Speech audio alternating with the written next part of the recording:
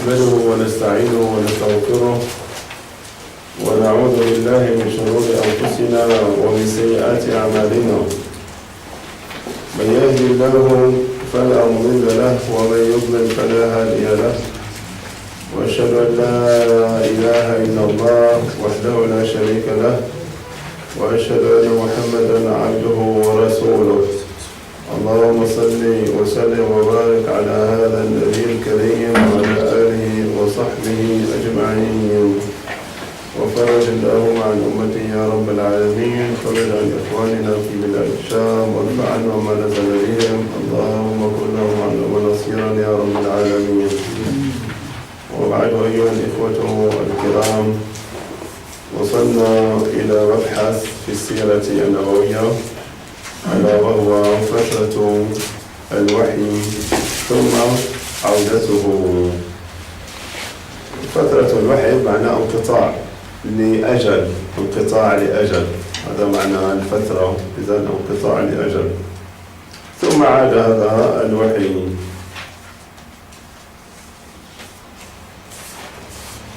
قال: وكان الوحي قد فتر وانقطع بعد أول نزوله في غار حراء كما سبق، يعني حينما أتى جبريل النبي صلى الله عليه وسلم أول مرة في غار حراء، ودام هذا الانقطاع أياما، هكذا رجح المؤلف. بعضهم يقول أسابيع وبعضهم يقول أكثر من ذلك، ممكن أسابيع لكن أشهر لا يصح. وقد أعقب ذلك في النبي صلى الله عليه وسلم شدة الكآبة والحزن، ولكن المصلحة كانت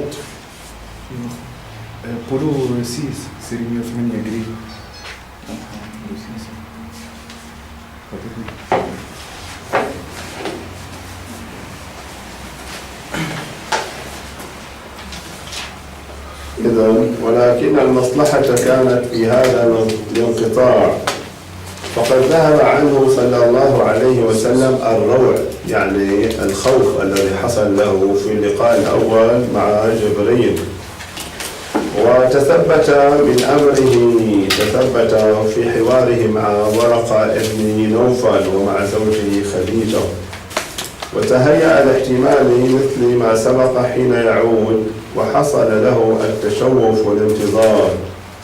حصل له التشوف يعني حب هذا اللقاء المرة الثانية، لأنه لقاء غريب عجيب، لقاء غريب. فالإنسان بعد فترة ولم يلحقه الضرر، الحقيقة لم يلحقه الضرر، عرفنا، لذلك عادت نفسه وتاقت لأن تلقى جبريل عليه السلام، هذا الملك الذي هو من عند الله، وأخذ يترقب المجيء أو يرتقب، كلاهما صحيح. وأخذ يرتقب المجيء أو مجيء الوحي مرة أخرى. نستفيد من هذه الفقرة أو مما يتعلق بانقطاع الوحي أن المتصرف هو الله، والمدبر هو الله، والمالك مالك الملك هو الله، وبيده الأمر كله. فهذا جبريل ما يستطيع أن ينزل للقاء نبينا عليه الصلاة والسلام متى شاء وكيف شاء وبأي وقت شاء. ويؤكد هذا المعنى ما أخرجه البخاري في صحيحه والنسائي في سننه الكبرى عن عبد الله بن عباس أن النبي صلى الله عليه وسلم قال لجبريل: يا أخي يا جبريل، ما يمنعك أن تزورنا أكثر مما تزورنا؟ يعني لما لا تكثر الزيارات أي نعم إلينا. فعند ذلك قال جبريل تلا هذه الآيات الكريمات في سورة مريم: وما نتنزل إلا بأمر ربك له ما بين أيدينا وما خلفنا وما بين ذلك وما كان ربك نسيا. إذن حتى جبريل الذي هو أعظم الملائكة وأقربهم عند الله منزلة، فهو رسول رب العالمين إلى الرسل من أهل الأرض، عرفنا؟ فهو أعظم الملائكة وأقرب الملائكة إلى الله تعالى، ومع ذلك لا يملك لنفسه نفعا ولا ضرا ولا حركة ولا سكون كما تقول العامة إلا بأمر الله سبحانه وتعالى. إنما أمره إذا أراد شيئا أن يقول له كن فيكون سبحانه وتعالى.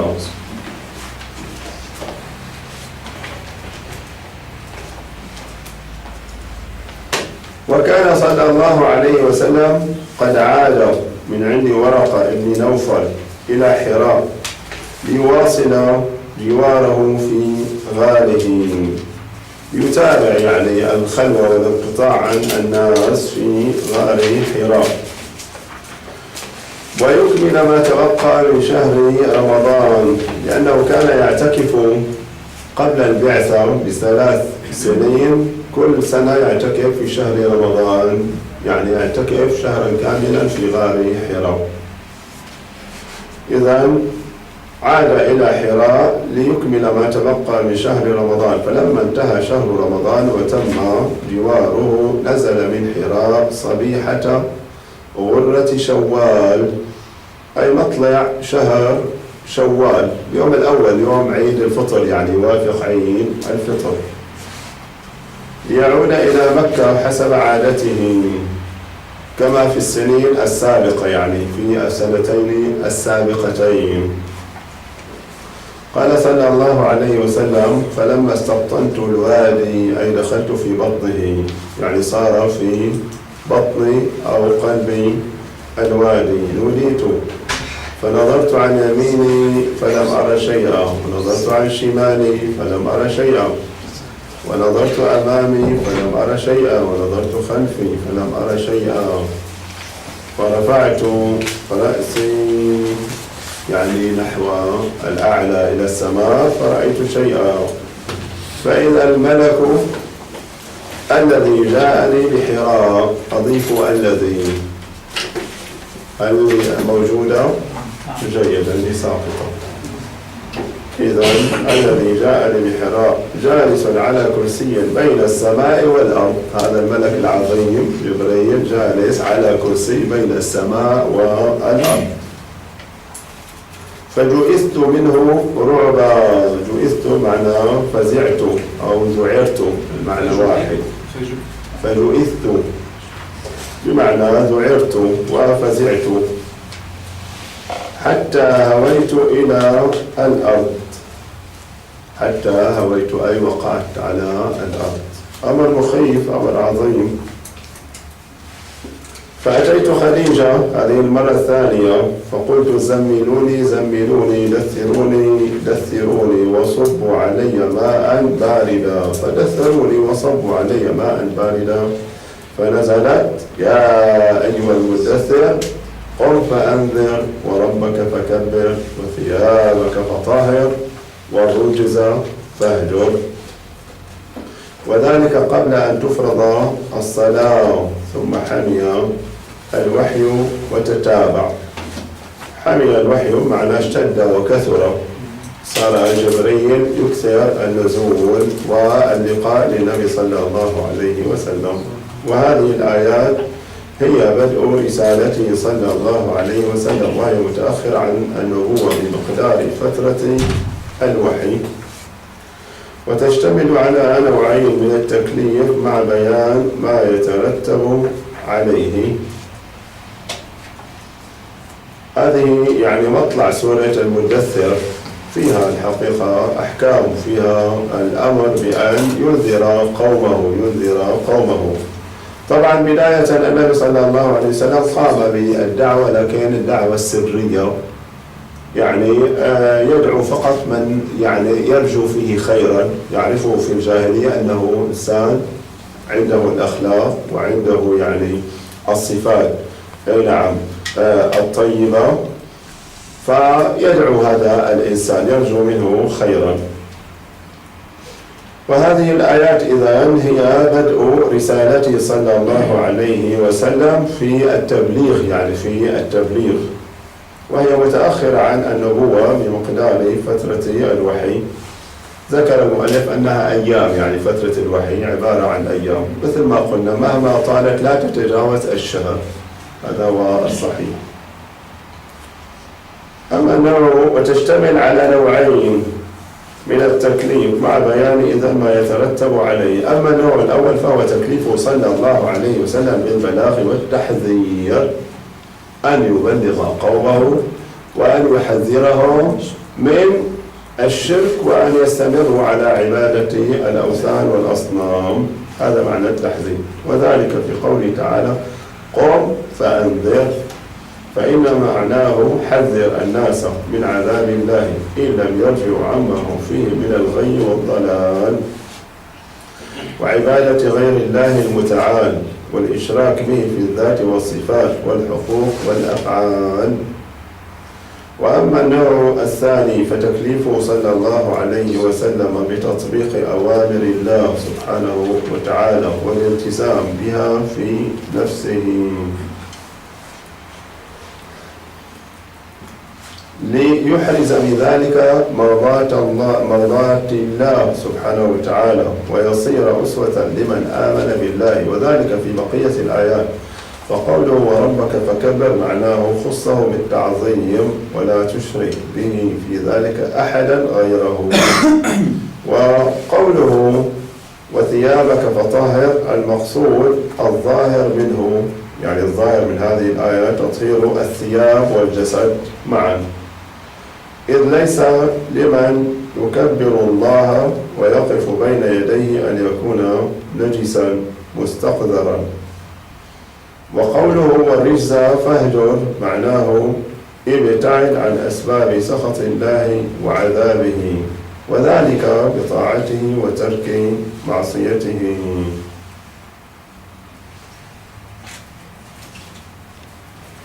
وقوله ولا تمنن تستكثر أي لا تحسن إحسانا تريد أفضل منه في هذه الدنيا، يعني عليك أن تقوم بهذه الدعوة وترجو الأجر والثواب من الله وليس من العبيد بأمور دنيوية، يعني يعود عليك النفع بأمور دنيوية.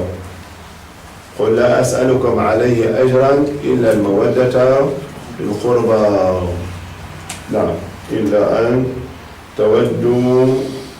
تودوني في قرابتي كما قال ابن عباس صح عنه ذلك في تفسير هذه الآية. قل لا أسألكم عليه أجرا إلا المودة في القربى، قال إلا أن، يعني الذي أسأل منكم تودوني في قرابتي بصلة رحمي يعني. أما الآية الأخيرة فأشار فيها إلى ما يلحقه من أذى قومه حين يفارقهم في الدين، يفارقهم يعني يخالفهم من ما كانوا عليه طبعا من عبادة الأوثان والأصنام، فهو دينه التوحيد، دينه عبادة الله سبحانه وتعالى الواحد الأحد، ويقوم بدعوتهم إلى الله وحده. فقال ولربك فاصبر، يعني اثبت على دعوة الحق ودعوة الناس إلى التوحيد، وعليك بالصبر، فالأمر ليس بالسهل أو باليسير. بعد ذلك ننتقل إلى مبحث آخر ألا وهو القيام بالدعوة. وقام رسول الله صلى الله عليه وسلم على أثر نزول هذه الآيات بالدعوة إلى الله سبحانه وتعالى.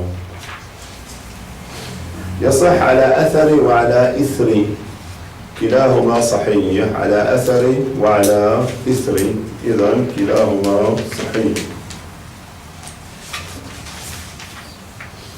وحيث إن قومه كانوا حفاة لا دين لهم، جفاة أحسن صح؟ أحسن، جفاة إذن، نعم، من البعد الجافي القلب الغليظ القاسي القلب، لا دين لهم إلا عبادة الأصنام والأوثان، ولا حجة لهم إلا أنهم ألفوا آباءهم على ذلك، ولا أخلاق لهم إلا الأخذ بالعزة والأنفة، يعني التكبر، هذا معنى الأخذ بالعزة والأنفة. ولا سبيل لهم، أي لا طريق لهم في حل المشاكل إلا السير. فقد اختار الله له أن يقوم بالدعوة سرا، ولا يواجه بها إلا من يعرفه بالخير وحب الحق ويثق به ويطمئن إليه، وأن يقدم أهله بداية وعشيرته وأصدقاءه وندماءه. النديم هو الجليس، النديم هو الصاحب الذي يكثر منك مجالسته، يقال له النديم. نعم، على غيرهم طبعا، يقدم هؤلاء على غيرهم. الرعيل الأول، يعني المراد الرعيل هي أو هم الطائفة من الشيء، الطائفة والمجموعة من الشيء، سواء من النخيل أو من الخيل أو من الناس، عرفنا؟ إذن الطائفة من الشيء. فلما بدأ النبي صلى الله عليه وسلم دعوته بادر إلى الإيمان به عدد ممن كتب الله له السبق إلى السعادة والخير. وكانت أولهم على الإطلاق أم المؤمنين خديجة بنت خويلد رضي الله تعالى عنها، وكانت قد علمت البشارات وسمعت عن الإرهاصات. علمت البشارات يعني من خلال ما لاحظته، خاصة مسألة الخلوات في غار حراء وبعض الأحوال للنبي صلى الله عليه وسلم، أكيد دل على أنه إنسان غير عادي، إنسان غير سائر رجالات قريش والعرب. هذا معنى البشارات. وسمعت من الإرهاصات بمعنى خوارق العادات التي تكون قبل النبوة، بمعنى المعجزات وخوارق العادات التي تكون قبل النبوة يقال لها إرهاصات، لا يقال لها معجزات. علمنا إذن الإرهاصات النبوة هي ما تكون مقدمات قبل النبوة من خوارق العادات ومعجزات. وأبصرت ملامح النبوة وشاهدت تباشير الرسالة، وتوقعت أن يكون رسول الله صلى الله عليه وسلم هو نبي هذه الأمة.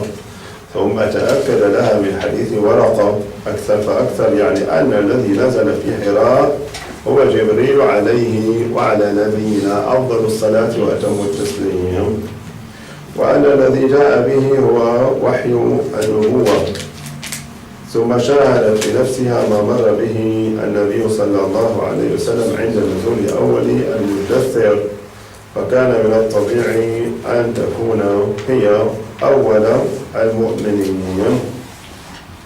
ما ينبغي أن يختلف الحقيقة في كون خديجة هي أول من آمن بالنبي صلى الله عليه وسلم من حين قصة النزول الأول لجبريل في غار حراء. ولما ذكرت هذا الخبر لورقة دخل الإيمان بداية في قلبها. ثم المدثر أيضا، نزول المدثر، فهرع إليها وأخبرها بما حصل، عرفنا، وتلا عليها هذه الآيات، توضح الأمر أنها النبوة والرسالة. إذن ما ينبغي أن يختلف أنها أول من آمن بالنبي صلى الله عليه وسلم مطلقا. بعد ذلك الكلام والنقاش في أبي بكر وعلي وزيد بن حارثة. إذا النقاش ممكن أن يكون في هؤلاء الثلاثة بعدها.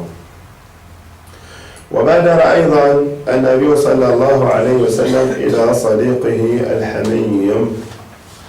الصديق الحميم هو أخص الأصدقاء والجلساء،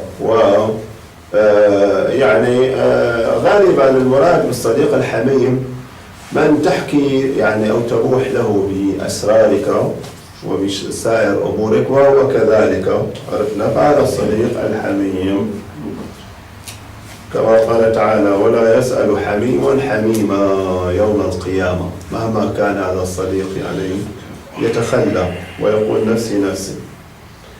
إذا بادر عليه الصلاة والسلام إلى صديقه الحميم أبي بكر الصديق رضي الله عنه ليخبره بما أكرمه الله به من النبوة والرسالة ويدعوه إلى الإيمان به، فآمن به دون تردد ولا تلعثم. آمن دون تردد، ما قال والله أعطني أو أمهلني يعني ولو لدقائق أو ساعات، على الفور استجاب للنبي صلى الله عليه وسلم.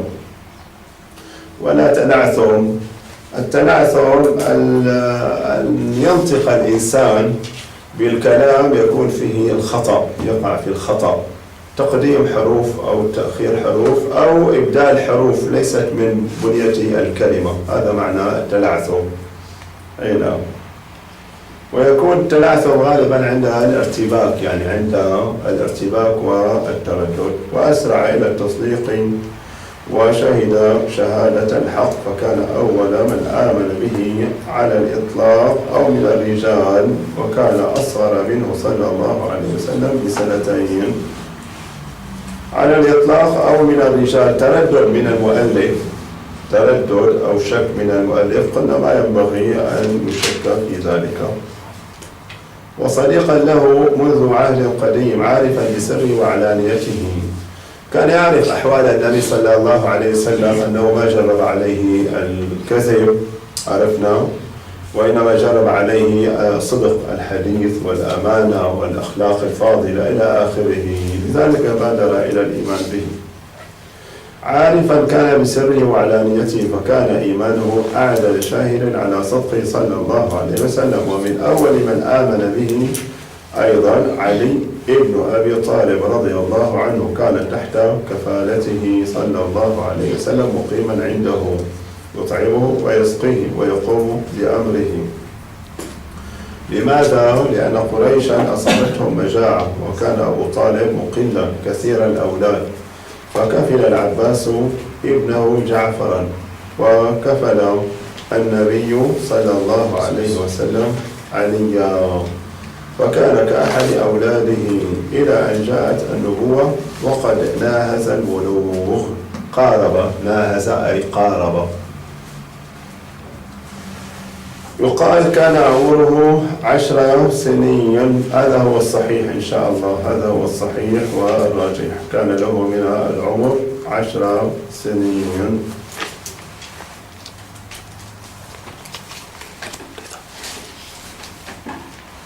لأن لو أجرينا حسابا دقيقا يكون له من العمر كما ذكر المؤلف كما قلنا 10 سنين.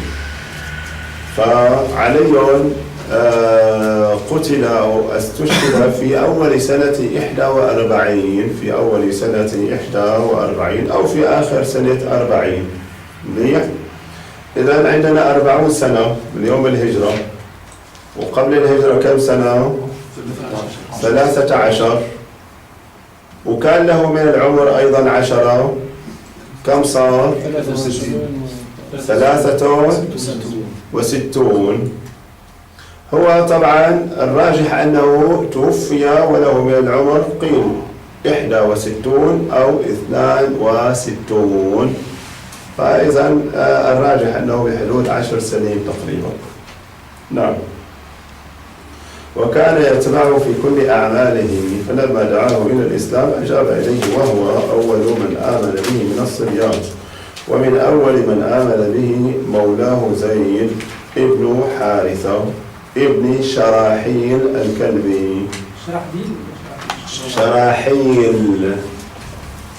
شراحيل، وإن كان مستغربا يعني، والمشهور شرحبيل، لكن أيضا موجود في ما يعني تسميه العرب، ويسمى بذلك عالم كبير هو عامر ابن شراحيل، عامر ابن شراحيل الشعبي المشهور بالشعبي، من شعب همدان من اليمن. الشعبي نسبة إلى شعب همدان من اليمن. قبيلة يمنية، يعني قبيلة يمنية، وليس إلى شعب بمعنى الطريق. الشعب شعاب مكة جمع شعب، وهي الممرات والطرقات المؤدية إلى الجبل. مولاه هذه من الأضداد، تستخدم للعبد وتستخدم للسيد. إذا مولاه تستخدم، يقال مثلا نافع مولى ابن عمر، وابن عمر مولى نافع. إذا هذه الكلمة أو هذه المفردة يقال لها من الأضداد، يعني تستخدم في النقيضين. زيد هذا كان قد أسر أيام الجاهلية وبيع، فاشتراه حكيم ابن حزام. حزام هذا والد حكيم ابن خويلد. إذن أبوه أخو أم المؤمنين الأولى خديجة، فوهبه لعمته خديجة. إذن هو ابن أخيها حكيم طبعا. فوهبته خديجة لرسول الله صلى الله عليه وسلم، وعلم به أبوه وعمه، فجاء إلى رسول الله صلى الله عليه وسلم وكلماه ليحسن إليهما في فدائه. فدعا رسول الله صلى الله عليه وسلم زيدا وخيره بين أن يذهب مع أبيه وعمه وبين أن يبقى عنده.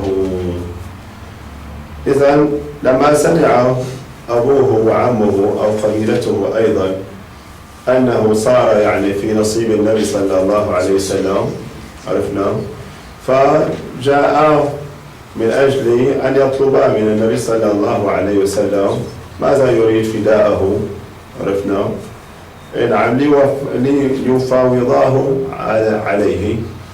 فما كان من النبي عليه الصلاة والسلام إلا أن قال نخيره، إن اختاركما لا أريد شيئا خذا، وإن اختارني فهو يعني بالغ وراشد وعاقل، الخيار له.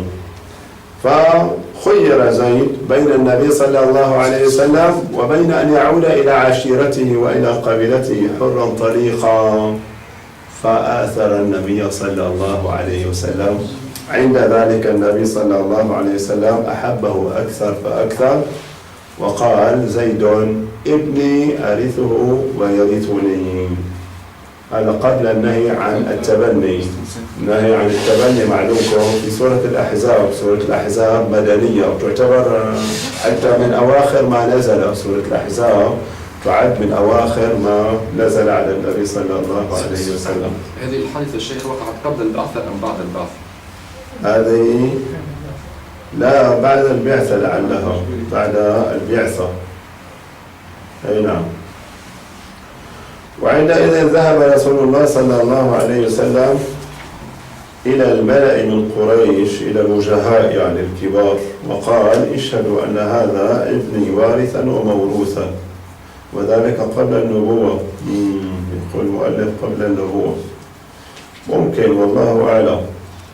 فكان يدعي أو يدعى عفوا زيد بن محمد. إذن زيد هذا كان يدعى قبل النبوة زيد ابن محمد، حتى جاء الإسلام وأبطل التبني فدعي زيد بن حارثة. لكن نراجعها إن شاء الله ونتثبت أو نتأكد إن كانت هذه يعني الحادثة قبل النبوة. يعني إذا كان المقصود نحن يهمنا أن تكون ثابتة وصحيحة هذه المعلومة أنها قبل النبوة. أما من حيث الحكم كما قلنا فمعلومة أنه في أول الإسلام ما كان في هذه الأحكام، كان الدعوة إلى التوحيد بداية، كان الدعوة إلى التوحيد، لا يوجد زكاة ولا صوم ولا حتى صلاة في أول البعثة. يعني هو شيخ ذكر اسمه في القرآن، يعني صحابي، هو الوحيد ذكر باسمه العلم. نعم. إذن ثم أبطل الإسلام والتبني فدعي زيد بن حارثة في قوله تعالى في سورة الأحزاب ادعوهم لآبائهم هو أقسط عند الله. وطبعا التبني من الكبائر والموبقات، والعياذ بالله يعني من تبنى يعني تنزل عليه اللعنات، لأنه في أكثر من حديث من الأحاديث المتفق عليها عرفنا من حديث ابن عمر، حديث علي، عن أكثر من صحابي، حديث مشهور مستفيض. النبي عليه الصلاة والسلام يقول: لعن الله من انتسب لغير أبيه أو تولى غير مواليه. لعن الله من انتسب إلى غير أبيه أو تولى غير مواليه. لذلك هذه من الموبقات من الكبائر، يعني ليس بالأمر السهل، نظنها صغيرة. هذه تعود على المتبنى شيخ. على الاثنين. بداية هذا طفل ما زال غير واعي، ما في عليه شيء، لكن بعد ذلك لو علم فعليه أن يلغي هذا النسب مع هذا الأب، يعني وإن كان أو هذا الذي تبناه قصر أو لا يبالي بالأحكام الشرعية، طالما هو صار بالغا عاقلا ويستطيع أن يغير، يتبرأ من هذا النسب. عرفنا عليه أن يتبرأ من هذا النسب وإلا يكون شارك في الإثم. فالأمر خطير إذا. لا يوجد في قوانين التبني.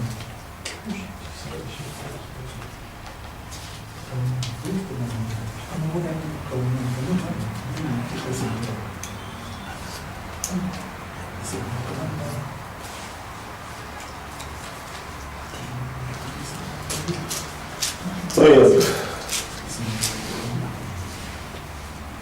وهذا المعنى موجود في القرآن الكريم أيضا في آية بيعة النساء. في آية بيعة النساء: يا أيها النبي إذا جاءك المؤمنات يبايعنك على أن لا يشركن بالله شيئا ولا يسرقن ولا يزنين ولا يقتلن أولادهن ولا يأتين ببهتان يفترينه بين أيديهن وأرجلهن. أكثر شيء هو البهتان، يعني يأتينا بولد ليس من أبيه وينسب لهذا الأب. هذا من أعظم يعني البهتان والإفك والكذب. إذن هؤلاء الأربعة كلهم أسلموا في يوم واحد، يوم أمر النبي صلى الله عليه وسلم بالإنذار وقام بدعوة إلى الله. وقد قيل عن كل واحد منهم إنه أول من أسلم. ثم نشط النبي صلى الله عليه وسلم للدعوة، أو ثم نشط للدعوة إلى الله أبو بكر. نشط بابه حسب، يضبطوه. بابه حسب يحسب، حسب يحسب. أي نعم، نشط إذا ينشط. إذا ثم نشط للدعوة إلى الله أبو بكر رضي الله عنه، وصار الساعد الأيمن للنبي صلى الله عليه وسلم في مهمة رسالته. وكان رجلا عفيفا مؤلفا محببا سهلا كريما جوادا معظما، أعلم الناس بأنساب العرب وأخبارها، يقصده رجال قومه لخلقه ومعروفه وعلمه وفضله وتجارته وجوده.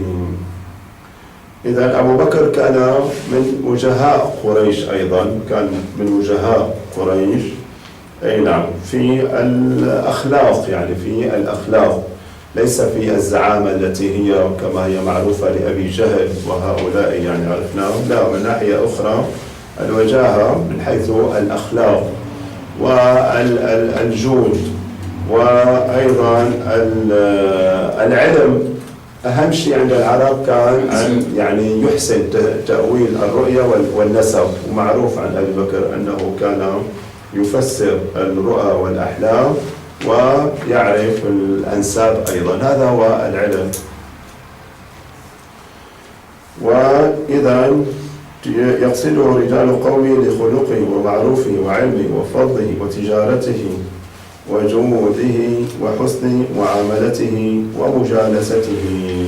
مجالسه رائعة معناه فيها الخير، ما فيها سوء الأخلاق والشر والصراع وما أشبه ذلك.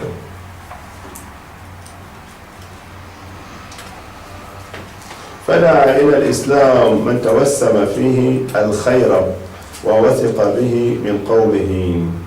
إذن أيضا أبو بكر دعا إلى الإسلام من توسم فيه الخير، يعني شعر أنه إنسان يعني ذو أخلاق كريمة فيه الخير، ووثق به من قومه، فأجابه جمع من فضلاء الناس، في مقدمتهم عثمان ابن عفان الأموي من بني أمية، وزبير ابن العوام الأسدي، وعبد الرحمن ابن عوف الزهري، وسعد ابن أبي وقاص الزهري أيضا، وطلحة ابن عبيد الله التيمي. طبعا هذه التيمي والزهري والأسدي والأموي كلها فروع من قريش، كلها فروع من قريش، لا نظن أنها يعني قبائل مستقلة. أي نعم، هذه يقال لها بطون من قريش، وربما هي أقل حتى من البطن، فخذ، لعلها فخذ. نعم، يعني أجزاء من قريش. بين لهم أبو بكر رضي الله عنه الإسلام، وأتى بهم إلى النبي صلى الله عليه وسلم فأسلموا جميعا. ما شاء الله، 5 إذا من السابقين الأولين ممن بشروا بالجنة أسلموا على يدي أبي بكر. هذا هو يا إخواني، هذا هو الفلاح والنجاح. 5 إذا ممن كانوا من السابقين الأولين وبشروا بالجنة أسلموا على يد من؟ على يد أبي بكر الصديق، وهو السادس. ما شاء الله، هذا هو الإكرام، هذا هو الفوز المبين. ثم تلا هؤلاء أمين هذه الأمة أبو عبيدة عامر ابن الجراح، هو السابع أيضا من أهل الجنة. وأبو سلمة ابن عبد الأسد، وامرأته أم سلمة. أبو سلمة مر معنا أنه أخو النبي صلى الله عليه وسلم من الرضاعة، رضعا من ثويبة مولاة أبي لهب. أي نعم، إذن هو أخو النبي صلى الله عليه وسلم من الرضاعة من ثويبة. وحمزة أيضا، حمزة رضع أيضا أو رضع من ثويبة. وامرأته أم سلمة، والأرقم ابن أبي الأرقم، وعثمان ابن مضعون، وأخواه قدامة وعبد الله ابن مضعون، وعبيدة ابن الحارث ابن المطلب ابن عبد مناف، وسعيد ابن زيد ابن عمرو ابن نفيل. هذا الثامن من أهل الجنة، سعيد بن زيد الثامن صار معنا، صار عندنا كم؟ 8. نعم. وامرأته فاطمة بنت الخطاب أخت عمر ابن الخطاب. القصة أنه صفعها وصفع زوجها لما يعني قبل أن يسلم. نعم، صحيحة القصة صحيحة، ولكن قضية ما يتعلق بقراءة يعني أنه يعني لما أراد أن يقرأ في المصحف قالت له يعني إنك امرؤ نجس كذا إلى آخره، ثم اغتسل ثم قرأ إلى آخره. يعني هذا التفصيل لا يصح في قضية نعم قراءة شيء من سورة طه. أما أنه يعني ضرب صهره أو ختنه كما جاء أو سيأتي معنا، وضرب أو دفع أخته إلى آخره، هذا صحيح طبعا. وامرأته فاطمة بنت الخطاب، إذن هي أخت عمر بن الخطاب. وأيضا خباب ابن الأرت من السابقين الأولين. وجعفر ابن أبي طالب، وامرأته أسماء بنت عميس. أسماء بنت عميس بعد وفاة جعفر، بعد استشهاد جعفر في غزوة مؤتة، تزوجها بعد ذلك أبو بكر. ثم كانت من نصيب علي، بعد أبي بكر تزوجها علي. أي نعم. لذلك محمد بن أبي بكر الصديق، هذا هذا يعني الذي ولد عند الشجرة في حجة الوداع تربى في حجر علي مع أمه، يعني عرفنا تربى في حجر أمه، لذلك الشيعة يحبونه، الشيعة الروافض يحبون محمدا هذا.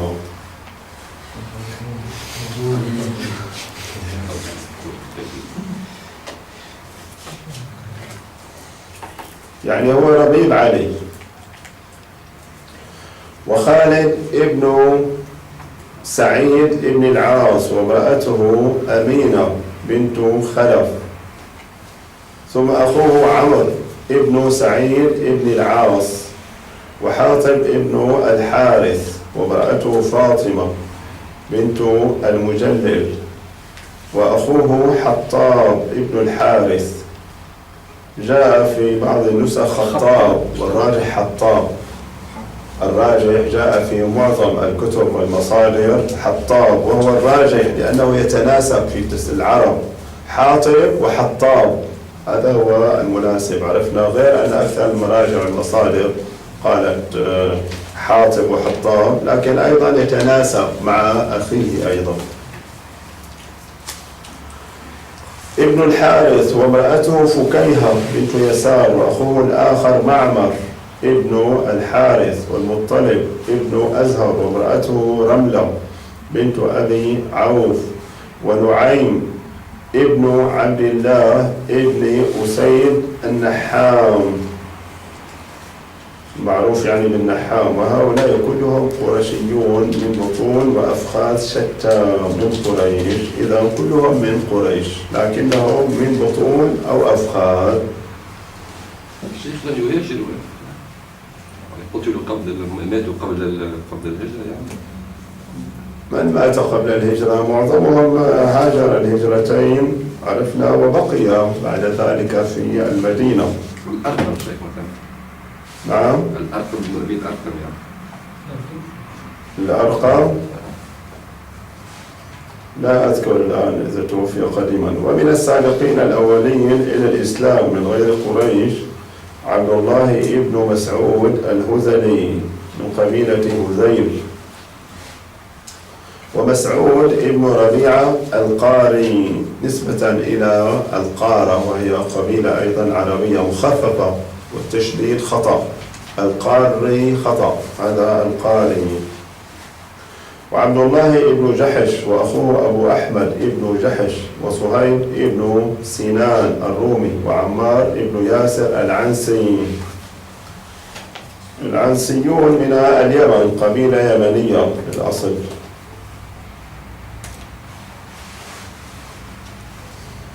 نعم. الأسود العنسي خرج أي نعم في مرض النبي صلى الله عليه وسلم، ويقال بعد وفاته صلى الله عليه وسلم خرج الأسود العنسي وغلب على اليمن وسيطر على أقليم اليمن بكامله، و يعني الصحابة ما استطاعوا أن يقاوموا بمن كان في اليمن، يعني معاذ بن جبل وأبو موسى الأشعري وطائفة، لذلك غلب على اليمن حتى الله عز وجل هيأ أي نعم له من قتله، باذام قتله بحيلة أي نعم.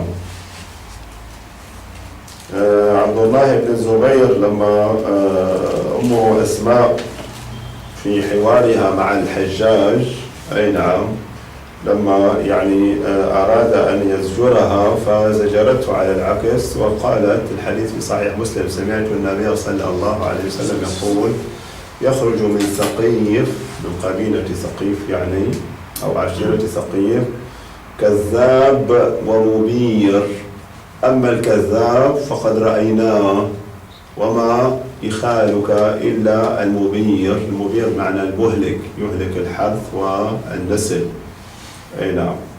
وهذا الحديث يعد من الأحاديث التي فيها ذم للحجاج. طبعا الكذاب هو المختار ابن أبي عبيد الثقفي،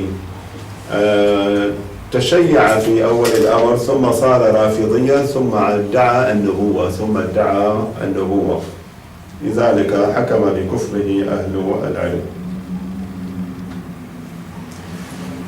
نعم. وأبوه ياسر وأمه سمية وعامر ابن فهيرة أيضا. وممن سبق إلى الإسلام من النساء من غير من تقدم ذكرهن أم أيمن بركة الحبشية. أم أيمن هذه اسمها بركة، إذن بركة الحبشية أصلها من الحبشة. هي مولاة رسول الله صلى الله عليه وسلم وحاضنته. الحاضنة هي التي تقوم بشأن الرضيع، تقوم بشأن الرضيع في كل ما يحتاجه، في كل ما يحتاجه سواء من رضاعة أو من حمل وإطعام وغير ذلك. أم أيمن هذه طبعا النبي صلى الله عليه وسلم زوجها لزيد بن حارثة، زوجها لزيد فأنجبت له أسامة. أسامة هذا عرفنا هو نعم من أم أيمن الحبشية. لذلك أسامة جاء لونه إلى أمه، لونه يعني أسمر. أبوه عربي، يعني أبوه عربي كألوان العرب عرفنا. ففي حديث في الصحيحين مر رجل من بني مدلج وكان يعرف بأنه يعرف يعني بالآثار، يعني يقال له القافة عرفناه. فوجد لما قدم المدينة وجد أسامة ووجد أباه يعني زيدا نائمين وقد يعني التحفا بشيء يعني عرفنا، لكن ظهرت أقدامهما. فسبحان الله وكما قلنا ويعرف بالأثر عرفنا والتتبع قاف، فنظر إلى أقداميهما فقال إن هذه الأرجل بعضها من بعض، إن هذه الأرجل، مع أن الواحد كما قلنا أبيض أو لنقل فاتح يعني كألواننا، والثاني حبشي يعني، قال إن هذه الأرجل بعضها من بعض عرفنا، يعني هذا ابن هذا هو المقصود. فلما سمع النبي صلى الله عليه وسلم الحديث الصحيحين تقول أم المؤمنين عائشة دخل النبي صلى الله عليه وسلم يوما وهو يعني يرى في وجهه البشر وهو يتكلم ويقول ألم تري إلى مجززا المدلجي. ثم ذكر هذا الحديث، رأى أسامة نعم أو رأى زيدا وأسامة نائمين إلى آخره. نعم. وأم الفضل لبابة الكبرى بنت الحارث الهلالية. أم الفضل لبابة هذه زوج العباس ابن عبد المطلب. أختها ميمونة، هذا يفسر الحديث ابن عباس حديثه في الصحيحين في قيام الليل، بنت عند خالتي ميمونة، فميمونة أخت هذه لبابة أم الفضل. نعم. إذن هذه خالته أو ميمونة خالته، هذه أمه. نعم. زوج العباس ابن عبد المطلب. طبعا الفضل أسن من عبد الله، الفضل أسن من أخيه عبد الله. وأسماء بنت أبي بكر الصديق رضي الله عنه. وقد عرف هؤلاء الأقدمون ومن أسلم معهم بلقب السابقين الأولين. أين بلال؟ والسابقون الأولون من المهاجرين والأنصار. يعني وما ذكر الكثير، بلال مع ضمن 130، فالمؤلف ما ذكر أقل من 30. مر معنا بلال السابقين الأولين من غير قريش المسلمين بلال كما. نعم جيد. إذن هؤلاء عرفوا بالسابقين الأولين كما قال تعالى والسابقون الأولون من المهاجرين والأنصار رضي الله عنهم ورضوا عنه وأعد لهم جنات تجري تحتها الأنهار. تجري تحتها الأنهار، هذه الآية ما فيها لفظ من، ما فيها لفظ من.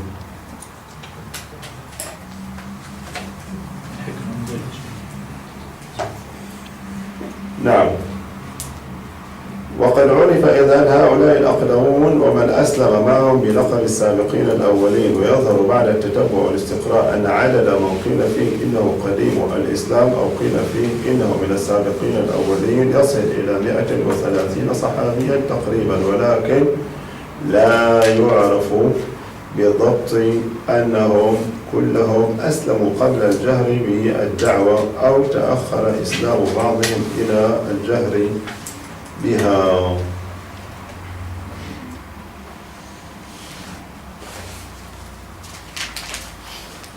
عبادة المؤمنين وتربيتهم. أما الوحي فقد تتابع نزوله بعد أوائل المدثر، ويقال إن أول ما نزل بعد سورة الفاتحة. هذا يقال يعني ليس أكيدا، وهي سورة تجمع بين الحمد والدعاء.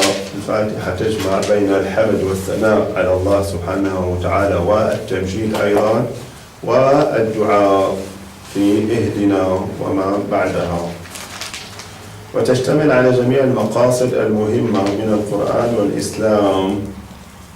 فيها الاستعانة بالله سبحانه وتعالى، وأن العبادة تكون لله سبحانه وتعالى. فيها المعاني العظيمة الحقيقة.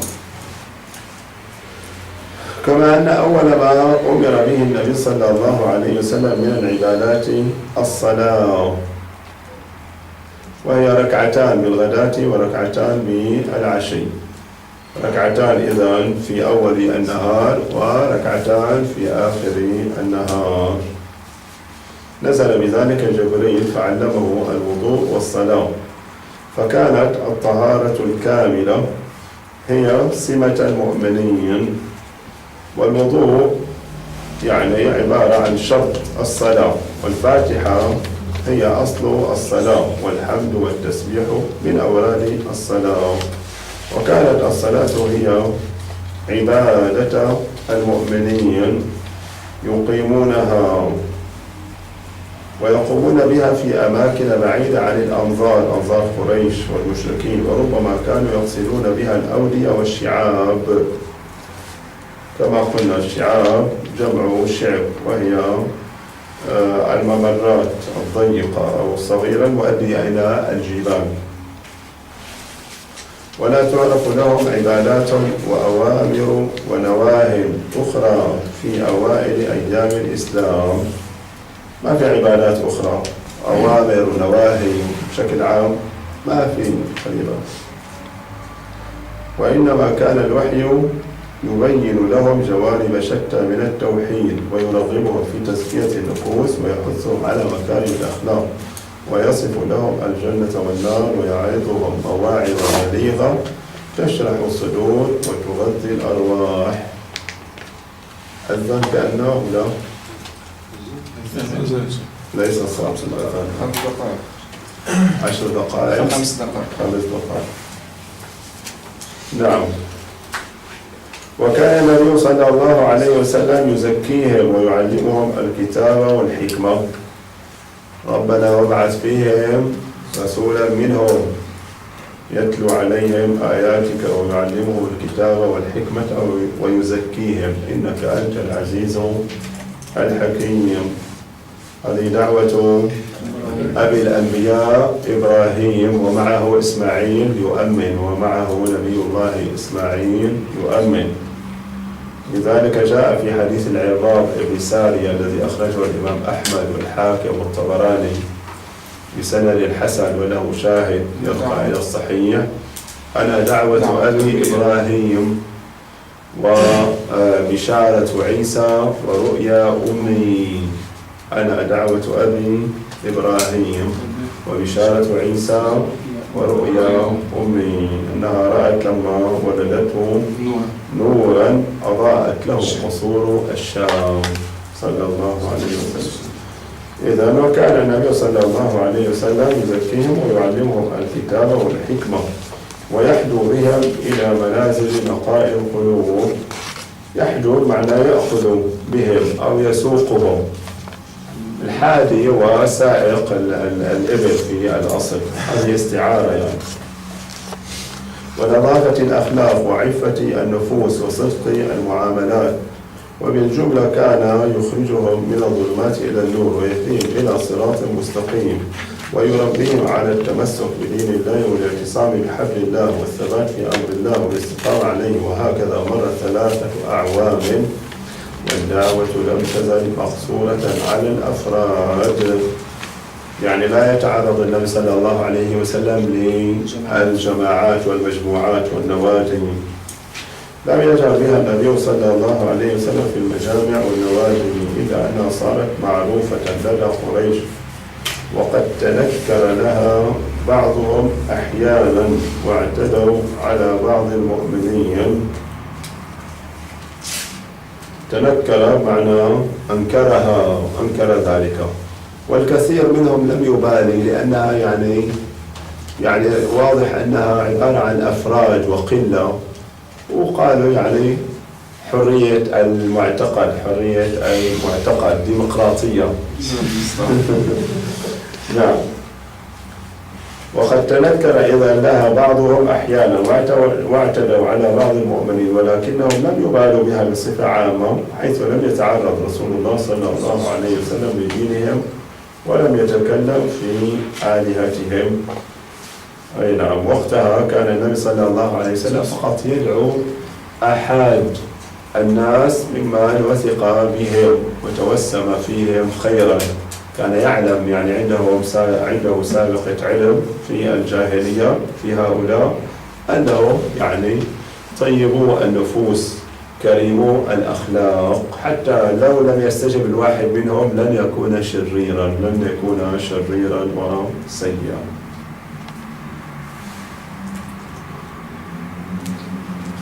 بعد ذلك ننتقل إلى مبحث جديد، ألا وهو الجهر بالدعوة في الأقربين. إذن كانت الدعوة في أول الأمر دعوة سرية، ودعوة تتناول يعني كما قلنا أفراد معينين منتخبين منتقين. نعم. كان السر ثم الإعلام، وهذا يفعله الأنبياء، ومنهم نبي الله نوح كما في سورة نوح: إنا أرسلنا نوحا إلى قومه أن أنذر قومك من قبل أن يأتيهم عذاب أليم، أي مؤلم. قال يا قوم إني لكم نذير مبين أن اعبدوا الله واتقوه واطيعون يغفر لكم من ذنوبكم ويؤخركم إلى أجل مسمى. طبعا فإذا جاء أجلهم لا يستأخرون ساعة ولا يستقدمون، ويؤخركم إلى أجل مسمى إن أجل الله إذا جاء لا يؤخر لو كنتم تعلمون. قال رب إني دعوت قومي ليلا ونهارا فلم يزدهم دعائي إلا على العكس، ما كان منهم استجابة. ثم إني أعلنت لهم وأسررت لهم. نعم، لكن أنا قصدت أن أتجاوز لأصل إلى هذه النقطة. ثم إني دعوتهم جهارا ثم إني أعلنت لهم وأسررت لهم إسرارا. هنا إذا كان تنويع الحقيقة أيضا في دعوة نبي الله نوح، يعني كان يدعوهم في الليل في النهار وفي السر وفي العلانية تنويع، وما كان الإجابة، وما آمن معه إلا قليل كما أخبر ربنا تبارك وتعالى. وبعد ذلك طبعا أهلكهم الله، فلبث في قومه 1000 سنة إلا 50 عاما. بعد ذلك طبعا أخذهم الطوفان والغرق. لذلك نوح عاش فوق هذا العمر، هذا الزمن أو هذا العمر الذي لبثه في قومه الذين يعني أهلكوا فيما بعد، وهو عاش بعد ذلك كما قال أهل العلم الله أعلم، عاش 100 سنة 200 سنة 300 سنة الله أعلم.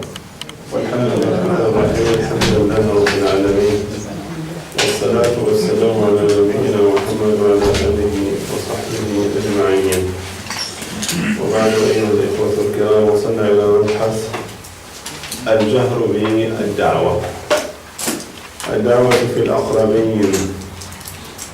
وبعد أن قضى رسول الله صلى الله عليه وسلم 3 سنوات في سبيل الله أو في سبيل الدعوة الفردية، ووجد لها آذانا صاغية ورجالا صالحين من صميم قريش وغيرها. من صميم قريش يعني من قبيلة قريش أصالة، وغيرها من العبيد يعني والموالي سواء كانوا من الحبشة أو من غيرها. وتمهدت لها السبل وتهيأ لظهورها الجو. أنزل يعني عند ذلك ربنا تبارك وتعالى على رسوله صلى الله عليه وسلم: وأنذر عشيرتك الأقربين واخفض جناحك لمن اتبعك من المؤمنين. الجناح من الإنسان هو الجانب، هذا المكان في الأصل، هذا المكان في الأصل، والمراد هنا اللين، المراد بذلك اللين، فهذه كناية عن اللين، كما في قوله تعالى عن الوالدين: واخفض لهما جناح الذل من الرحمة. يعني اللين مع الرحمة يجب أن يتخذ الولد هذا الطريق مع الوالدين. لذلك نبي الله إبراهيم الحوار رائع جدا كان مع أبيه كما في سورة مريم، فدائما يخاطبه: يا أبتي يا أبتي، ثم يذكر له الجملة، عرفنا يدعوه إلى الله ويحذره كذا، ثم يقول يا أبتي، يعني هذه فيها استرحام واستعطاف، ما يخاطبه كأنه إنسان غريب أو حتى عدو يقول يعني كذا وكذا، أو لا يذكر يعني لا يذكره أصلا، لا، هذه يعني الحقيقة فيها روعة بالنسبة لخطاب الآباء والأمهات، لكن لم يستجب مع ذلك طبعا. إذا واخفض جناحك لمن اتبعك من المؤمنين فإن عصوك فقل إني بريء مما تعملون. يعني بمعنى من عصاك من مشركي قريش وأصر على الشرك وعبادة الأوثان، فعند ذلك تقول إني بريء مما تعملون، يعني من أعمالكم وشرككم. فجمع النبي صلى الله عليه وسلم عشيرته الأقربين وهم بنو هاشم، ومعهم نفر من بني المطلب أجداد النبي صلى الله عليه وسلم، هاشم أو المطلب أيضا. فقال بعد الحمد وشهادة التوحيد: إن الرائد لا يكذب أهله. الرائد في الأصل إخواني الكرام هو الذي يرسل في طلب الكلى والماء. الرائد في القبيلة من ترسله القبيلة لأي شيء يقولون له: يا فلان أنت ما شاء الله شاب أو في غاية الشباب، وعندك فرس سريعة عرفنا وشجاع وباسل، ما تخاف من الدواب وكذا، فاذهب انظر لنا مكانا نتحول إليه لنرعى الأغنام. فهذا يقال له الرائد، يعني هو الذي يسبق قومه عرفنا ليصل إلى مكان مناسب، ثم يخبر العشيرة أو القبيلة أن هناك في المكان الفلاني في الناحية الفلانية هناك نبع ماء، هناك نهر من الماء، هناك العشب والكلى إلى آخره. فلذلك يقول إن الرائد لا يكذب أهله. لماذا؟ لأن الرائد يختاره الناس، يكون من خيرة الناس في العشيرة والقبيلة. والله لو كذبت الناس جميعا ما كذبتكم، ولو غررت يعني خدعت الناس جميعا ما غررتكم. والله الذي لا إله إلا هو إني لرسول الله إليكم خاصة وإلى الناس كافة، كما ثبت في الصحيحين من حديث جابر بن عبد الله، وفي صحيح مسلم من حديث أبي هريرة، وفي صحيح مسلم من حديث حذيفة، وله شواهد كثيرة تبلغ به حد الاستفاضة أو التواتر. أي نعم. في هذا الحديث طبعا مطلعه تحفظونه: أعطيت 5 لم يعطهن أحد قبلي، في رواية نبي قبلي. فيه وكان النبي يعني من الأنبياء يرسل أو يبعث إلى قومه خاصة وبعثت إلى الناس كافة، رواية عامة، كلاهما يعني صحيح. والله لا تموتن كما تنامون، يعني كيف أنكم تنامون في كل ليلة وهو حق، عرفنا، ولا يستغني هذا الجسد عنه، كذلك الموت واقع بكم لا محالة يعني.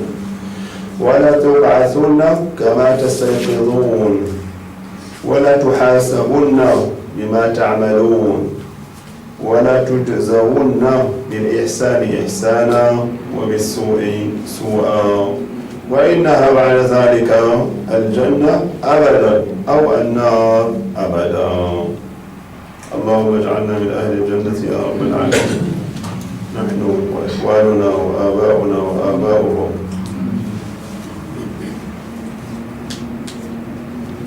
فتكلم القوم كلاما لينا، فتكلم الظاهر هناك نوع من الاعتراضات وكذا لكن بلطف، باستثناء عدو الله أبي لهب وهو عمه، فإنه قال خذوا على يديه قبل أن تجتمع عليه العرب. خذوا على يديه أي امنعوه، خذوا على يديه يعني امنعوه من التفوه بدعوة التوحيد، دعوة إلى لا إله إلا الله محمد رسول الله. إذا خذوا على يديه معناها امنعوه من ذلك قبل أن تجتمع عليه العرب.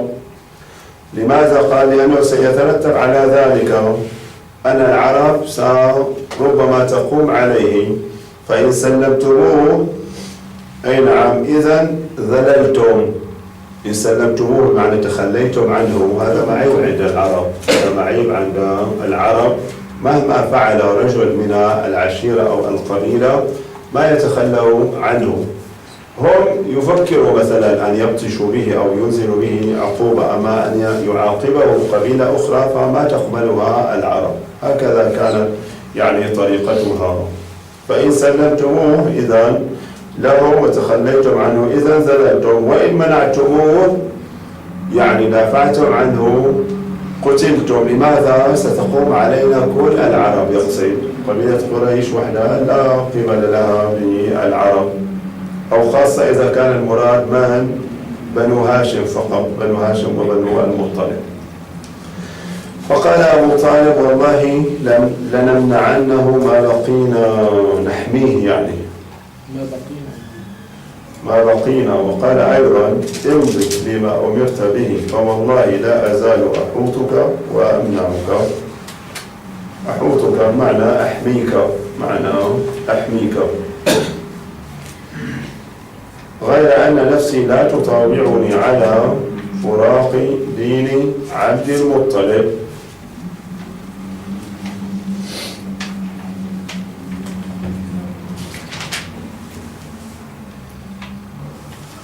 بعد ذلك عندنا الخبر طويل، الخبر طويل،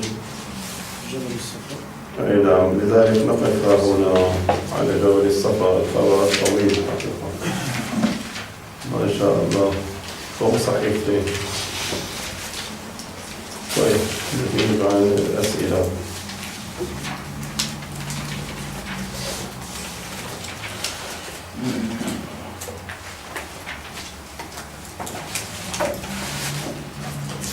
هل تصح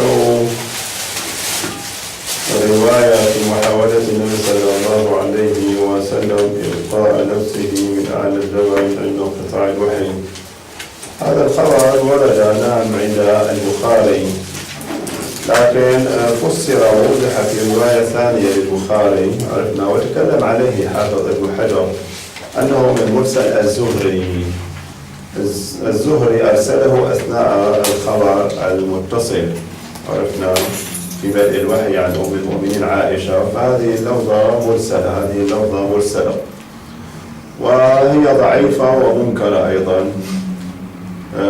الزهري كما قال أهل العلم قبيح المرسل، منهم الإمام الشافعي قال الزهري قبيح المرسل، لأنه حافظ ثبت متقن لا يرسل إلا لعلة، يعني لا يرسل عن أنه شك هذا من حدثه بهذا الحديث فلان أو فلان، فلا يرسل إلا لعلة. عرفنا؟ يكون هذا الذي حدثه بهذا الحديث أو هذا الخبر يكون مجهولا، هذا معنى كلام الشافعي.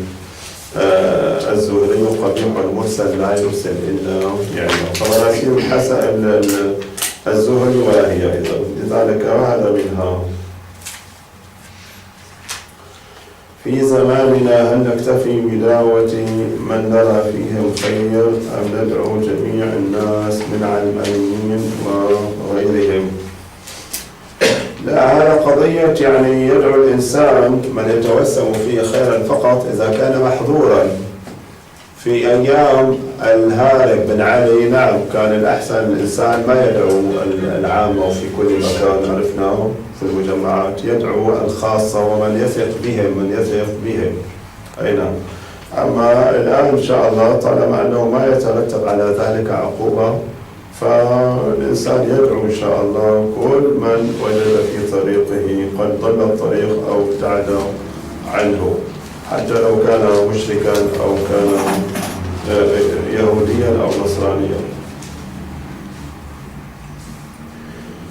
هل صح هذا الأثر؟ سأل موسى عليه السلام ربه ما أجر الداعي؟ قال سبحانه وتعالى أكتب لك بكل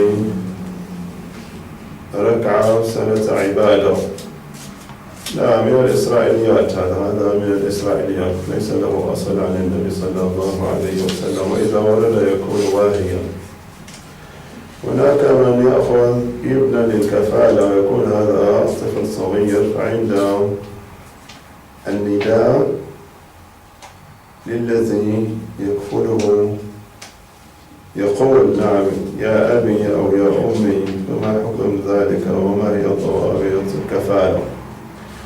يعني ضوابط الكفالة أهم شيء أن لا يلحقه بنسبه رسميا في الأوراق، ولا حتى على الناس يدلس على الناس ويقول هذا ابني أيضا، ليس المراد في الأوراق الثبوتية، حتى أمام الناس يعلمون أنه يعني يتيم وقد رباه.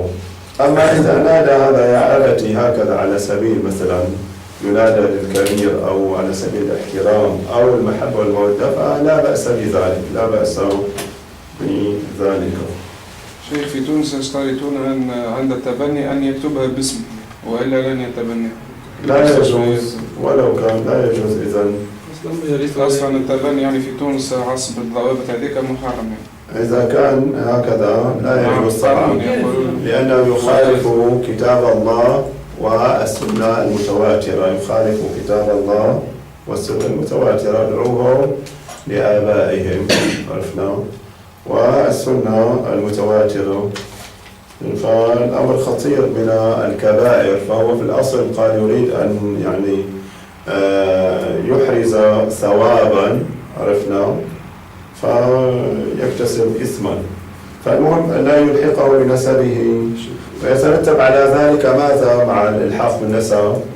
يترتب على ذلك الميراث إلى آخره. يستطيع طبعا أن يعطيه ما شاء في حياته، ولو عند الوفاة لنقول عنده أولاد، جاءه أولاد، الله عز وجل أكرمه بأولاد كذا، فيستطيع أن يورثه، لكن بالوصية من حقه يعني يتصرف في ثلث ماله، فيوصي. إذن الثلث شيء عظيم يعني يعطيه لهذا اليتيم. كان ليس له أبناء. نعم. استنى هذا الطفل فقط ليس له أبناء. الشيخ نصيمة الأعمام والخالات حتى أخوات أبيه. يعني هو الأصل في مثل هكذا إنسان، عرفنا، أن يعطى ما جاء في حديث النبي صلى الله عليه وسلم، الثلث لا يزيد عليه، يرجع باقي المال إلى العصبة مثلا، يرجع باقي المال للعصبة، ما في عصبة يعود إلى بيت المال المسلمين، كان يعود يعني إلى بيت مال المسلمين. نعم. شيخ يعني فرضا لو أن أحدهم كفل يعني فتاة صغيرة يتيمة يعني وبلغت يعني في سن 11 أو 12، يعني كيف السبيل يعني؟ الرضاعة، إن استطاع أن يجد طريقة أن يرضعها ضمن السنتين، يعطيها لأخته مثلا، أخته مرضعة عندها أولاد مثلا عرفنا، أو ابنة أخته يعني أحد محارمه فترضعها، يصبح هو خالها أو عمها. أبنائه هو يعني أبنائه هو في المنزل، يعني هو لديه أبناء في المنزل لا، هذا بالنسبة له، تتعلق الحرمة بالنسبة له، يصبح عمها من الرضاعة أو أبوها أو خالها على حسب من الرضاعة ومحرم عليه. أي نعم. طيب والأبناء والعمل يعني؟ الأبناء إذا كان أراد أن تكون من جهة الأم الزوجة، يعني أخت الزوجة ترضعها مثلا عرفنا. ترضع الزوجة نفسها. لا شيخ، يعني فرضا هي عمرها، لا، هي غالبا تكون هو تبنى لأنه يكون غير منجب وزوجته غير مرضعة، لأن الحليب إنما يكون مع الولادة إلا في حالات نادرة طبعا. شيخ فرضا هو كفل يعني صبي عمره 5 سنوات، يعني أيضا يصبح هذا الصبي إذا بلغ يصبح لا يجوز لهذه المرأة أن تكون معه في البيت أو في خلوة، أو حتى أن تكون يعني غير مستترة، على الأقل خمار، لا نطالب بتغطية الوجه، على الأقل خمار تخمر رأسها وتستر يعني كامل الجسد. فلا بد من الرضاعة، وإلا يجب أن يفصل هذا الإنسان، هذا اليتيم في بيت آخر عرفنا، في بيت آخر. الرجال صغير يعني فتاة صغيرة معها 10 سنوات 11 سنة يعني شيء، يعني هو كفلها من سن 5 فرضا وبلغت البلوغ في سن 11. هذه طريقة ليس لها حكم الرجل. الأمر مبني على الخطأ، فمبني على الخطأ ما نستطيع أن نصححه نحن. أي نعم.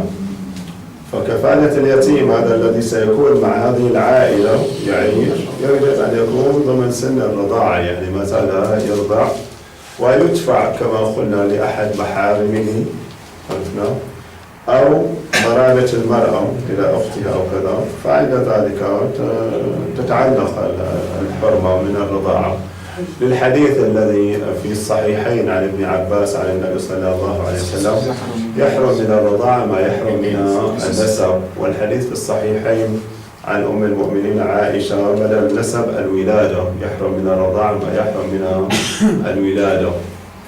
أي نعم. ولا يمكن يرضعوا عن 11 سنة؟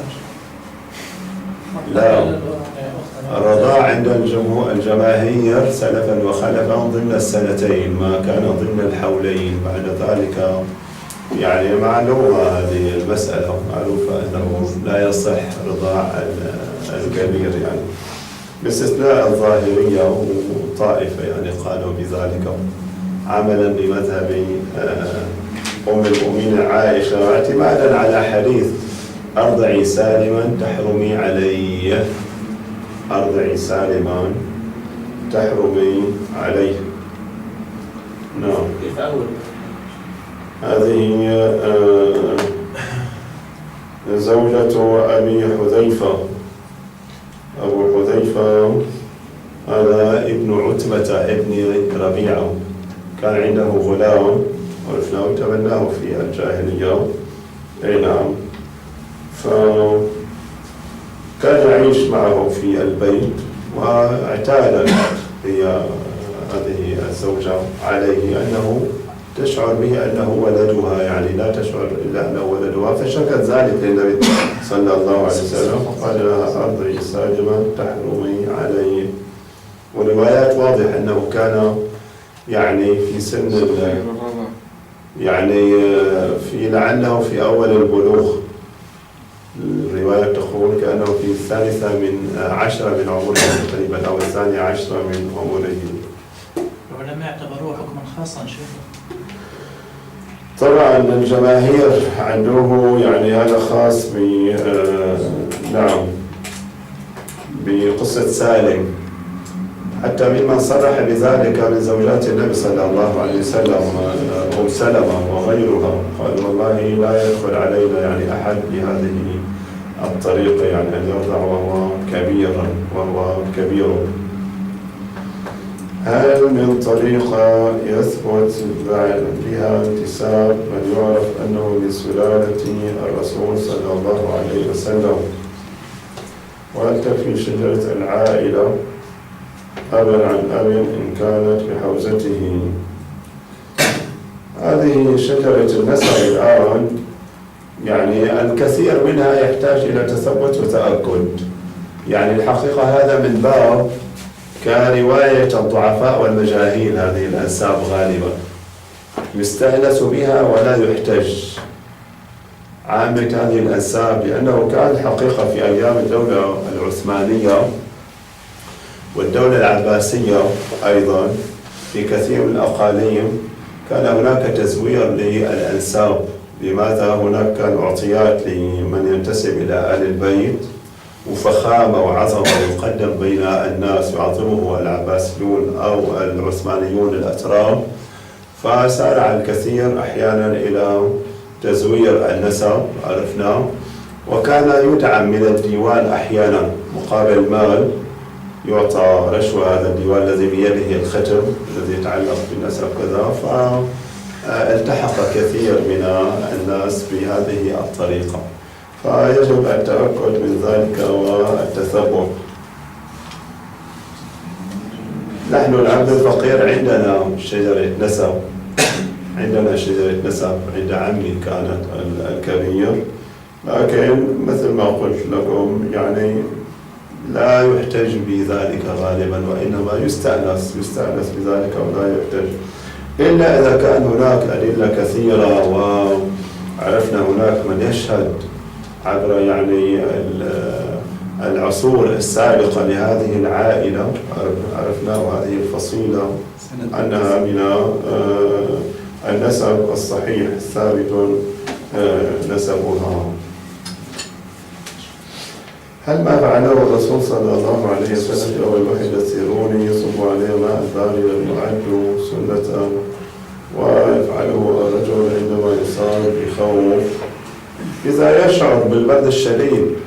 أخذته النبي صلى الله عليه وسلم معدة يعني هو برد شديد، فإذا إنسان نعم تعرض لي مثل هكذا حال وشعر بالرجفة يعني عرفنا الارتعاد، إذا تعرض لبرد شديد يفكه ماذا؟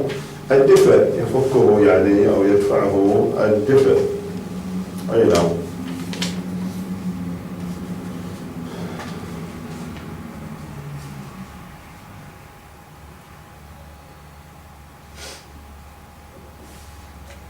هل عم النبي صلى الله عليه وسلم أبو جهل هو نفسه أبو لهب؟ كيف؟ أبو جهل غير أبي لهب، طبعا أبو جهل غير أبي لهب. أبو لهب نعم من أعمام النبي صلى الله عليه وسلم، فهو من أولاد من؟ عبده المطلب سيد مكة عرفنا. أما أبو جهل أصلا من قبيلة أخرى من بني مخزوم. أبو جهل من بني مخزوم هي قبيلة خالد، أيضا قبيلة خالد غير قبيلة بني هاشم، وإن كانوا طبعا يلتقون من قريش، الجميع من قريش. غيره يعني سؤال؟ خلاص. ما الفرق بين سنة وعام؟ بقول الله عز وجل فلبث فيهم 1000 سنة إلا 50 عام. يعني غالبا السنة والعام واحد، يتعاقبان غالبا، يتعاقبان، والحمد لله رب العالمين.